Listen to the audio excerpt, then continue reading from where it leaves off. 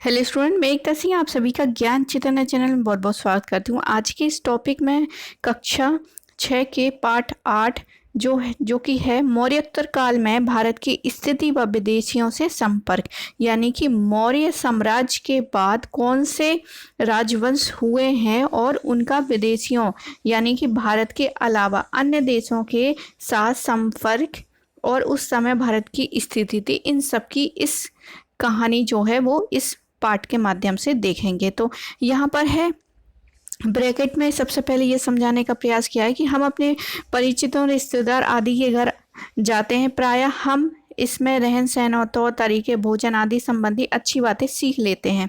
मतलब एक घर से दूसरे घर में जो अच्छी चीज़ें होती हैं, एक दूसरे के घर जाने से हम सीख जाते हैं। इसी प्रकार देश से दूसरे देश को जाने वाले लोग भी जब एक देश दूसरे के देश में जाते हैं तो वहाँ से भी कुछ बातें सीखते हैं।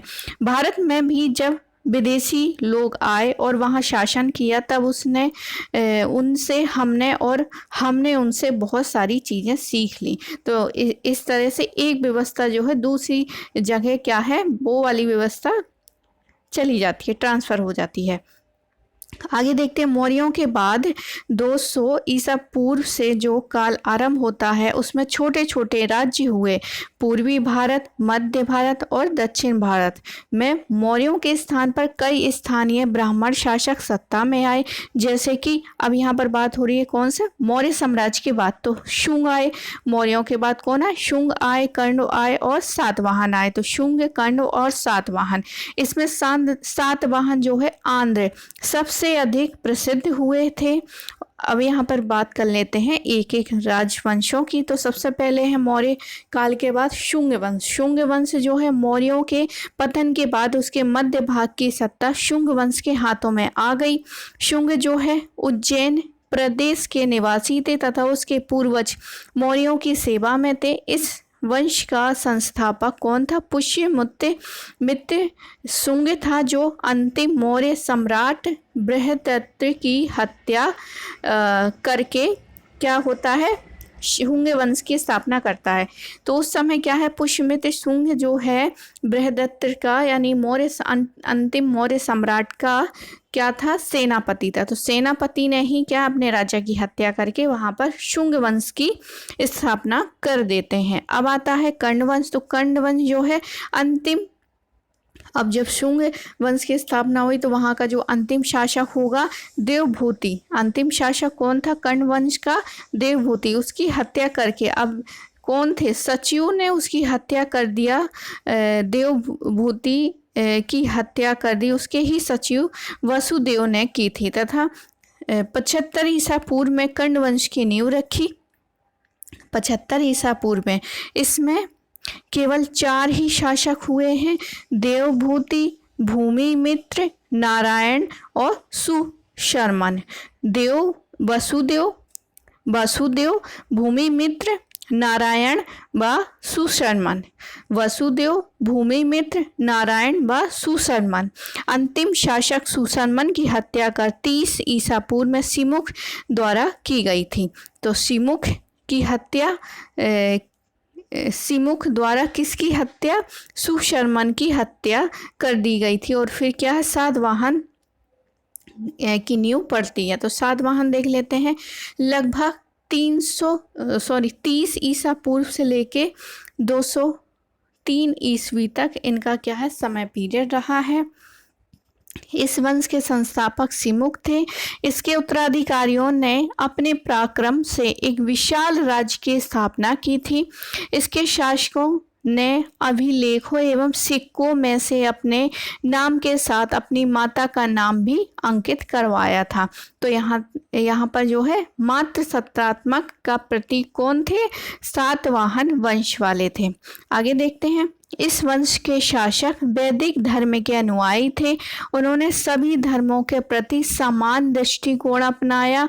बौद्ध भिक्षुओं को भी भूमि तथा ग्राम दान में दिए। इसी समय पत्थर की ठोस चट्टानों को काटकर चैत्यों और विहारों का निर्माण हुआ। इसमें कार्ले का चैत्य जो है मंडप सबसे प्रसिद्ध हुआ है।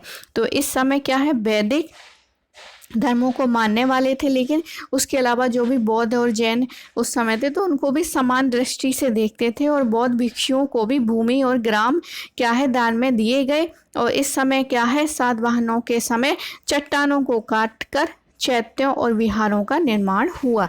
इसमें कार्ले का चैत्य मंडप प्रसिद्ध है। अगला देखते हैं,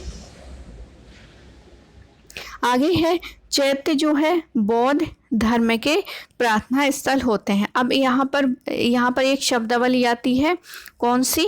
चैत्य और विहार की। तो चैत्य जो है, चैत्य वो स्थल है जहाँ पर क्या है प्रार्थनाएं की जाती थी, जहाँ पर क्या है एक जैसे यहाँ पर क्या है एक चैत्य है जिसके वहाँ पर बैठकर क्या है प्रार्थनाएं की जाती थी, तो उस स्थान को क्या हो गए चैत्य। अब बिहार जो है, बिहार मतलब उन्हीं प्रार्थना करने वाले बौद्ध भिक्षुओं को रहने का जो स्थान है उनको विहार कहा जाता था। तो चैत्यों के साथ विहार भी बने होते थे, ताकि जो वहाँ पर प्रार्थनाएं कर रहे हैं उसके बाद क्या है वहाँ पर आराम भी कर सकें, रह सकें। तो चैत्य और विहार दो शब्दावली बहुत इंपॉर्टेंट है। आगे देखते हैं पश्चिमोत्तर भारत। तो पश्चिमोत्तर भारत में भी मौर्यों के स्थान पर मध्य एशिया और चीन से आए कई विदेशी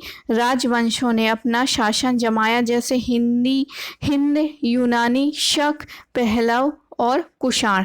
तो ये तो थे भारत में जो भारतीय राजा हुए हैं, जैसे शक हो गए, कर्ण हो गए, सातवाहन हो गए, लेकिन इसके अलावा भी विदेशियों से क्या है और राजवंश आए जिन्होंने क्या किया भारत पर अपना शासन स्थापित किया, जैसे हिंद यूनानी हो गए, शक हो गए, पल्लव हो गए और कुषाण हो गए।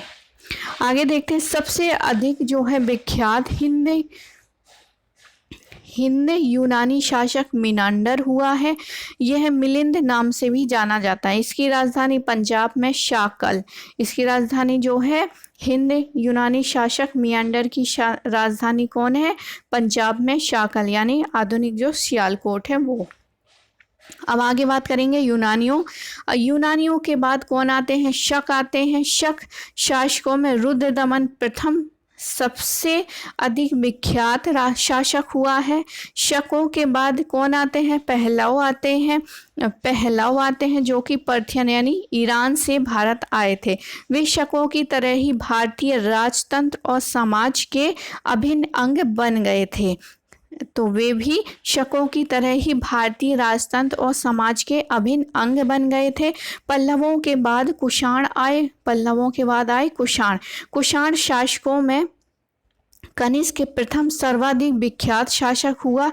वो है इतिहास में दो प्रसिद्ध कारणों से प्रसिद्ध हुए। तो कुषाण दो कारणों से प्रसिद्ध हुए। पहले उन्होंने 78 ईस्वी में एक संवत चलाया जिसको क्या बोलते हैं? शक संवत कहलाता है। तो शक दो कारणों से फेमस होते हैं।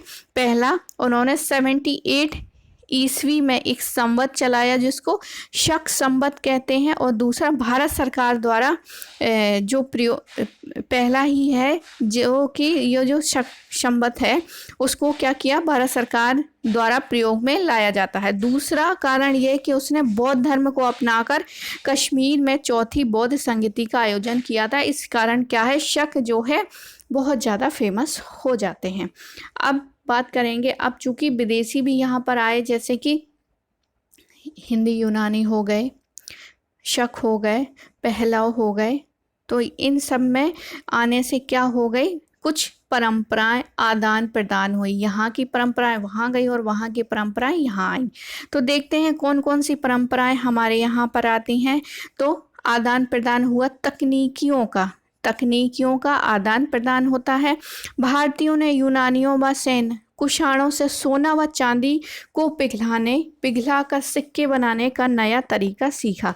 तो अभी तक क्या है, हमने महाजनपद काल में पंचमार्क कॉइन को देखा था, मतलब कोई भी ऐसा निशान है जिसको ठप्पा मारकर दूसरी धातु पर क्या कर दिया जाता था, अंकित किया जाता था। लेकिन अब यहाँ पर क्या है, सोना और चांदी को पिघलाने लग गए। पिघलाने की जो कला है वो कहाँ से सीखा, हिंद यूनानियों व कुषाणों से सोना व चांदी को पिघलाने की टेक्निक अब भारतीयों ने भी सीखी।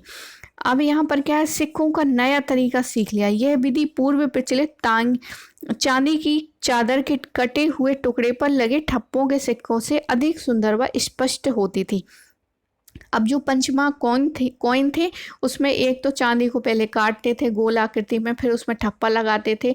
तो एक किस्म से क्या है, एक नाप तौल में भी बहुत बराबर नहीं आता था कि एक जो सिक्का है वो बराबर, सारे सिक्के क्या है एक ही नाप के हों और एक ही वेट के हों। लेकिन अब क्या है, जब धातुओं को पिघलाने लग गए तो धातु को पिघलाकर जब सिक्के बनाए गए तो उनका वेट, उनकी आकृति एक रूप में दिखाई देने लगती है और वो पंचमार्क कॉइन से क्या हुए, ज़्यादा सुंदर दिखाई देने लगे। और इस पर क्या हुआ कि सिक्कों पर राजाओं के चित्र व लिपि, अब उस पर क्या है, कोई लिपि भी लिखने लग गए। जो मन चाहे राजा का नाम लिख दिया या फिर कोई उपाधि राजा ने धारण की है तो वो भी उस पर क्या करने लग गए, लिखवाने लग गए। और राजा का चित्र भी उसमें क्या है, अंकित होने लग गया।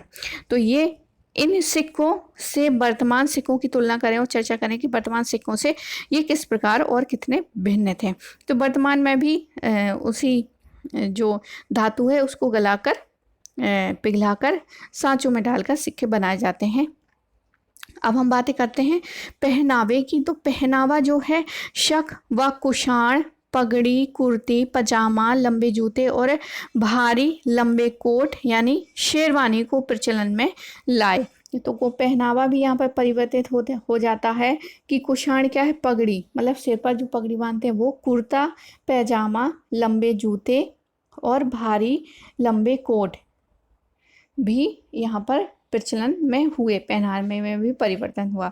अब व्यापार की बात करें तो व्यापार जो है, मध्य एशिया व रोमन साम्राज्य से संपर्क होने से भारी मात्रा में सोना प्राप्त हुआ। कांच के बने बर्तनों को बनाने की तकनीक में भी प्रगति हुई। इस काल में नगरीकरण चोटी पर पहुंच गया था। कनिष्क ने तक्षशिला पुरुषपुर नगर की सुंदरीकरण किया और कश्मीर में कनिष्कपुर नगर यानी जो कि आधुनिक कांजीपुर नगर के पास बसाया।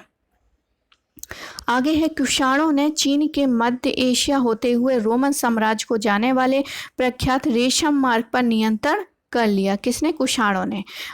जिससे भारतीय व्यापार के लिए एक नए अवसर मिले और भारतीय व्यापार में क्या होने लग गई, वृद्धि होने लगी। तो यहाँ पर कुछ रूट दिए गए हैं सिल्के का एक रूट दिया गया है ये। तो यहाँ पर क्या है, कुषाणों ने अधिकार कर लिया था। आगे है, अब विज्ञान और प्रौद्योगिकी देख लेते हैं। हिंद यूनानियों के संपर्क से खगोल एवं ज्योतिषी शास्त्र में प्रगति हुई। सप्ताह के हर दिन को सूर्य, चंद्रमा व अन्य ग्रहों के नाम से पुकारते हैं, जैसे रवि हो गया, सोम हो गया, मंगल हो गया, शनि हो गया। ये हमने यूनानियों से ही सीखा है। यूनानी औषधि पद्धति के विषय में भी जानकारी प्राप्त होती है। आगे है, कनिष्क के समय चरक नामा चिकित्सक हुए हैं। उन्होंने चरक संहिता नाम की एक पुस्तक लिखी जिसमें लगभग 600 से अधिक औषधियों के बारे में लिखा गया है। इस संहिता निर्देश होती है कि चिकित्सा को अपने मरीजों से विश्वासघात नहीं करना चाहिए। आगे है मूर्ति कला, जो कि कुषाण काल में बहुत फेमस हुई थी। तो मूर्ति कला की दो प्रमुख केंद्र मथुरा और गांधार थे। माना जाता है कि बुद्ध की प्रतिमा की कल्पना एवं निर्माण सर्वप्रथम गांधार मूर्ति शैली के मूर्तिकारों द्वारा की गई थी। इन मूर्तियों में बुद्ध को आध्यात्मिक मुद्रा एवं लहराते बालों के साथ सर पर जटा व उभार को दिखाया गया है। इस शैली की मूर्तियों में स्लेटी और नीली धूसर बलुआ पत्थर का प्रयोग किया जाता था। मथुरा मूर्ति शैली के मूर्तिकारों द्वारा निर्मित बुद्ध की पद्मासन में बैठी मूर्ति प्राप्त हुई है। सिर के पीछे प्रभा मंडल है तथा चेहरे पर प्रसन्नता का भाव है। ये मूर्तियां लाल बलुआ पत्थर में बनाई गई हैं। अब राज व्यवस्था की बात करें तो राजा में देवत्व की भावना की प्रणाली जो है शकों एवं कुषाणों से ही प्राप्त हुई है। शाहानुशाही की अवधारणा जो है किसानों की ही देन है। तो सबसे इम्पोर्टेंट शाहानुशाही की अवधारणा किसकी देन है? तो कुषाणों की। अब ये तो था कि भारत में ये चीज़ें आई। अब भारत से उन्होंने क्या सीखा? तो विदेशियों ने आए आक्रमणकारियों ने इस देश की संस्कृति को आत्मसात कर लिया। यहाँ के धर्म एवं संस्कृति से वे अत्यधिक प्रभावित हुए। भारत में विदेशी प्रभाव से एक मिली-जुली संस्कृति का विकसित हुआ। चीन में बौद्ध चित्रकला भारत से सीखी। भारतीय संस्कृति के अन्य देशों की संस्कृतियों को मिला लेने की अपूर्व क्षमता रही है। यही कारण है कि विदेशी आक्रमणकारी भी भारतीय समाज के अभिन्न अंग बन गए। भारतीय संस्कृति में सहिष्णुता, सामाजिक मेल जोल, लचीलापन, उदारवादिता व वसुधैव कुटुंब यानी पृथ्वी के सभी निवासी एक ही परिवार के सदस्य हैं। तो ये वसुधैव कुटुंब की भावना जो है हम सभी भारतीयों में थी, और जो भी विदेशी यहाँ पर आता है वो यहीं की जो संस्कृति है उससे क्या है घुल मिल जाता है, और इसी को ही उन्होंने आदर्श माना, वसुधैव कुटुंबित को। इस प्रकार इस संस्कृति आज भी विद्यमान है, जबकि अन्य समकालीन प्राचीन सभ्यताएं जैसे मेसोपोटामिया, मिस्र, यूनान एवं रोम क्या हो चुके हैं? सारी की सारी सभ्यताएं लुप्त हो चुकी हैं और उनके भौतिक अवशेष ही बचे हुए हैं। सबसे पहले अगर सोने का सिक्का जो है कुषाण शासक बिम्बकदफिसिस ने जारी किया था। बहुत इंपॉर्टेंट क्वेश्चन है कि सबसे पहले भारत में सोने का सिक्का किस कुषाण शासक ने प्रचलित करवाया था? तो बिम्बकदफिसिस ने। कुषाण राजाओं ने उच्च कोटि की स्वर्ण मुद्राएं जारी की थी। इसी समय बौद्ध धर्म दो संप्रदायों में बट गया, हीनयान, महायान। कनिष्क जो है महायान का संरक्षक था। आगे देखते हैं। अब आगे जो है अगला चैप्टर पढ़ेंगे। तो यहाँ हमने कुछ इम्पोर्टेंट जो मौर्योत्तर काल थे जिसमें शुंग हो गया, कर्ण हो गया और सातवाहन, ये तीनों पढ़े। उसके अलावा जो विदेशी यहाँ पर आए हिंद यूनानी हो गए, शक हो गए, पहला हो गए और कुषाण, उनके बारे में बहुत ही शॉर्ट में यहाँ पर देखा। तो आई होप आपको वीडियो पसंद आया तो प्लीज़ लाइक करें, शेयर करें, सब्सक्राइब करें। मिलते हैं वो एक और वीडियो